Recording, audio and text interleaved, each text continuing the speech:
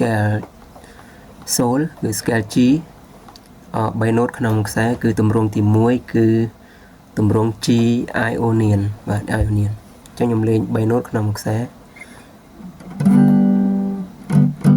ញ្ចឹង scale sol នឹងវាមាន F sharp មួយគឺfa ក្មេង fa យេអញ្ចឹងខ្ញុំលេងពី sol ចាប់ chord G មកបាន sol la ti do re mi ណា fa យេ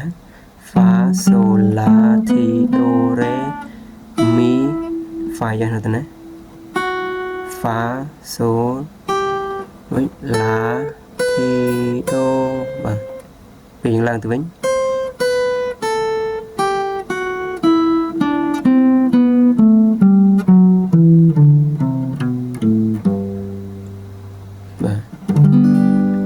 ចាន7 note របស់វាវា scale diatonic នឹង7 note ចឹង pentatonic វាយើងដកទី4ទី7ចឹងយើងបានទី4 1 2 3 4នេះ4ទៅនេះយើងអត់លេង5 6 7ទៅនេះ7ទៅនេះយើងអត់លេងយើងលេងតែ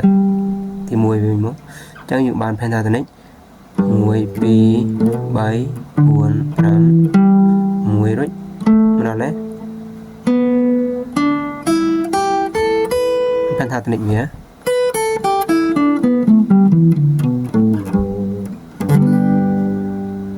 diatonic វា